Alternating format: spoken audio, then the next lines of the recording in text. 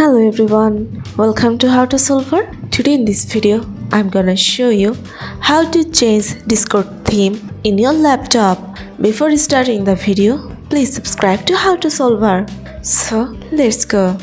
For this, you have to open your Discord. Now go to your account settings. Scroll down. Here you'll find the option of appearance. You have to press on it. Now here you will find the option of theme. You can choose light or dark as you want.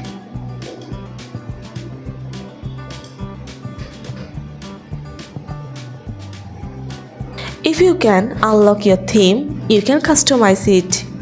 That's it. So this is how you can change Discord theme in your laptop. So guys, that's it. You can do this. I think this video is very helpful to you. If it was, then give a thumbs up and hit the subscribe button. And thanks for watching.